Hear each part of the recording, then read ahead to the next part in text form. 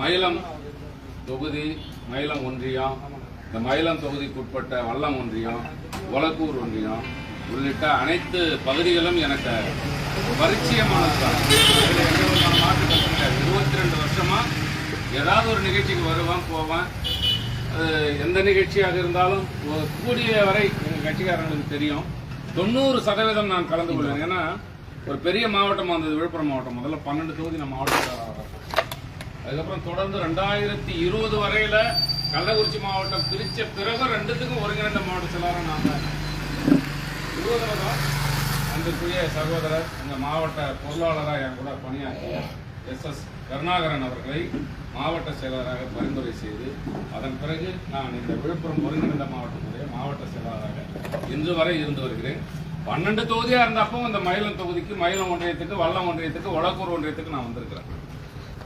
11 தொகுதி ஆச்சு 2011. அப்பவும் நான் இந்த பகுதிக்கெல்லாம் எல்லா நிகழ்ச்சிக்கும் வருவேன். ஒரு நாளைக்கு ஒரு நிகழ்ச்சின்னு சொன்னா, ஒரு திருமண நிகழ்ச்சின்னு சொன்னா கல்வராயன் மலை ஏறுவான், மரக்காணம் போய் முடிப்பான். 800 கிலோமீட்டர் 900 கிலோமீட்டர் ஒரே நாள்ல கவர் பண்ணி 1 மணி நேரம் கூட தூங்க முடியாது. காலையில 5 மணிக்கு கிளம்புவான், நைட் 2 மணிக்கு பஞ்சர் முடிப்பான்.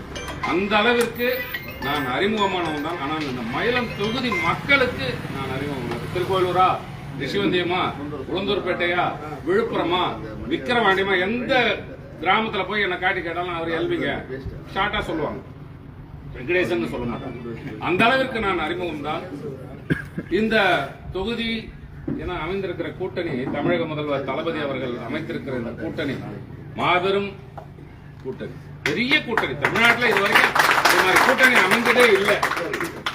எங்களுடைய கழகத்தினுடைய பொதுச் செயலாளர் அவர்கள், மாவட்ட செயலாளர்கள் 84 பேர் எங்க கட்சியில. எல்லா மாவட்டமும் 2, 3, 4 தான் இருக்குது. இந்த விழுப்புரம் மாவட்டம் மட்டும்தான் நான் ஒரே ஆளா இருக்கிறேன். தலைவர் இருக்கிற காலத்துல இருந்தே நான் ஒரே ஆளா இருக்கிறேன். அதுக்கு காரணம் என்னுடைய உழைப்பு அப்படிலாம் நான் சொல்ல மாட்டேன். இங்க இருக்கிற ஒட்டுமொத்த, எங்க கட்சியில் இருக்கிற ஒட்டுமொத்த நிர்வாகிகளும் தொண்டர்களும் என்னை அன்போடு நேசிப்பதால் நான் தொடர்ந்து இருந்து கொண்டிருக்கிறேன். மாவட்ட செயலாளர் இருந்து நான் சட்டமன்ற உறுப்பினராக திருக்கோயிலூர்ல இருந்தேன். சிறு தவற கூட நான் பண்ணது கிடையாது. நீங்க இன்னைக்கே திருக்கோயிலூர்ல போய் கேட்டீங்கன்னா, இன்னைக்கு அன்பு சகோதரர் கௌதம் சிகாமணி அங்க நிக்கிறாரு. இன்னைக்கு நீங்க பஸ் ஸ்டாண்ட்ல இறங்கி சாதாரணமா கடை வைக்கிறீங்க, அவர் தாங்க நிப்பாருன்னு பார்த்து சொல்லுவாங்க. அந்த அளவுக்கு ஈடுபடாங்க. நான் ஏதோ அவங்களுக்கு பெருசா எதையுமே அள்ளி கொடுத்தல, அந்த அளவுக்கு கிடையாது. ஆனால் அவர்களுடைய உணர்வுகளை மதித்தேன். அவங்க எந்த நேரத்தில் போன் பண்ணாலும், எது சொன்னாலும், உதாரணத்துக்கு திருக்கோயிலூர்ல தண்ணி பஞ்சம் நான் இருந்த காலத்துல, அந்த பேரூராட்சி மன்ற தலைவர் தேவி முருகன் சொல்லி இப்ப மாவட்ட துணை செயலாளர் இருக்கார் திமுக. இப்ப அவர் சேர்மன் TN முருகன், திருக்கோயிலூர்ல திமுக மாவட்ட துணை செயலாளர் சேர்மன். அதுக்கு முன்னாடி நான் MLA-வா இருக்கிறப்ப அவருடைய துணைவியார் அங்க தேவின்னு சொல்லி அவங்க தான் சேர்மனா இருந்தாங்க. கடுமையான தண்ணி பஞ்சம். அப்ப அவங்க தேவி என்கிட்ட கேட்டாங்க, சேர்மன் கேட்டாங்க, அண்ணா ஒரு 25,000 லிட்டருக்கு சம்பு வேணும்னா, அது அப்ப அப்பத்தி மதிப்பு கிட்டத்தட்ட பாத்தீங்கன்னா ஒரு 20 லட்சம் ரூபாய். அப்ப எங்களுக்கெல்லாம் இந்த இது பாத்தீங்கன்னா சட்டமன்ற உறுப்பினர் நிதி 2 கோடி வரும். அதுல 15 லட்சத்தை அந்த அங்கன்வாடி அது இதுன்னு எல்லாத்தையும் பிடிச்சிருவாங்க. மீதி 1 கோடி 75 லட்சம். அவங்க கேட்டாங்க, உடனடியா அந்த 25,000 லிட்டர் சம்புக்கு உடனடியா நான் நிதியை ஒதுக்கி அந்த இடத்துல அந்த தண்ணி பஞ்சத்தையே தீர்த்தேன். அதே மாதிரி 60 வருஷம் கனவு. அங்க பஸ் ஸ்டாண்டே கிடையாது. அங்க பஸ் ஸ்டாண்டு கிடையாது. என்ன பண்ணுவாங்கன்னா, பஸ் ஸ்டாண்டு நெருக்கடி. அப்ப போய் நின்னாக்க அந்த கடை ஓரம் நின்னாக்க சோத்தனை பிடிச்சி ஊத்திடுவாங்க, மக்கள் நிக்க முடியாது.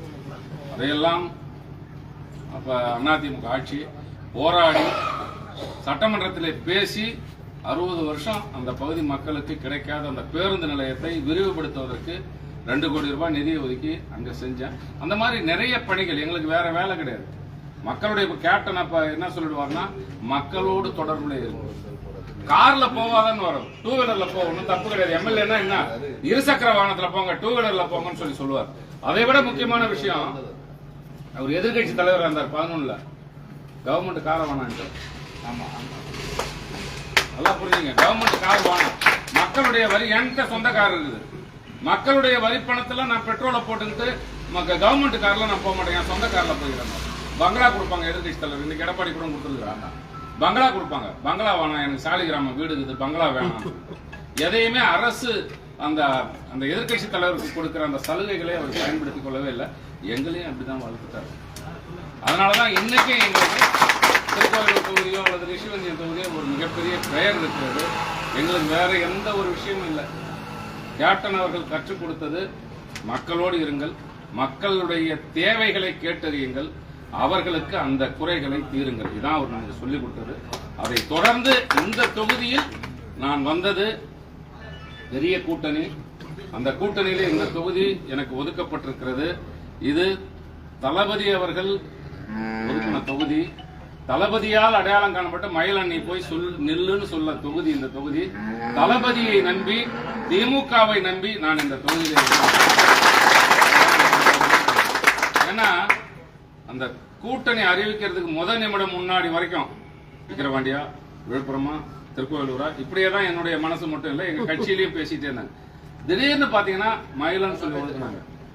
எனக்கு நான் இதுவும் நல்லதுதான். இந்த அண்ணன் ஒன்றிய செயலர் மணிமாறன் எல்லாருமே இவங்க சொன்னாங்க, இளமொழுதி, துரை எல்லாமே, ஏங்க இந்த தொகுதி நீங்க வந்தது எங்களுக்கு சௌகரியமா போச்சுங்க.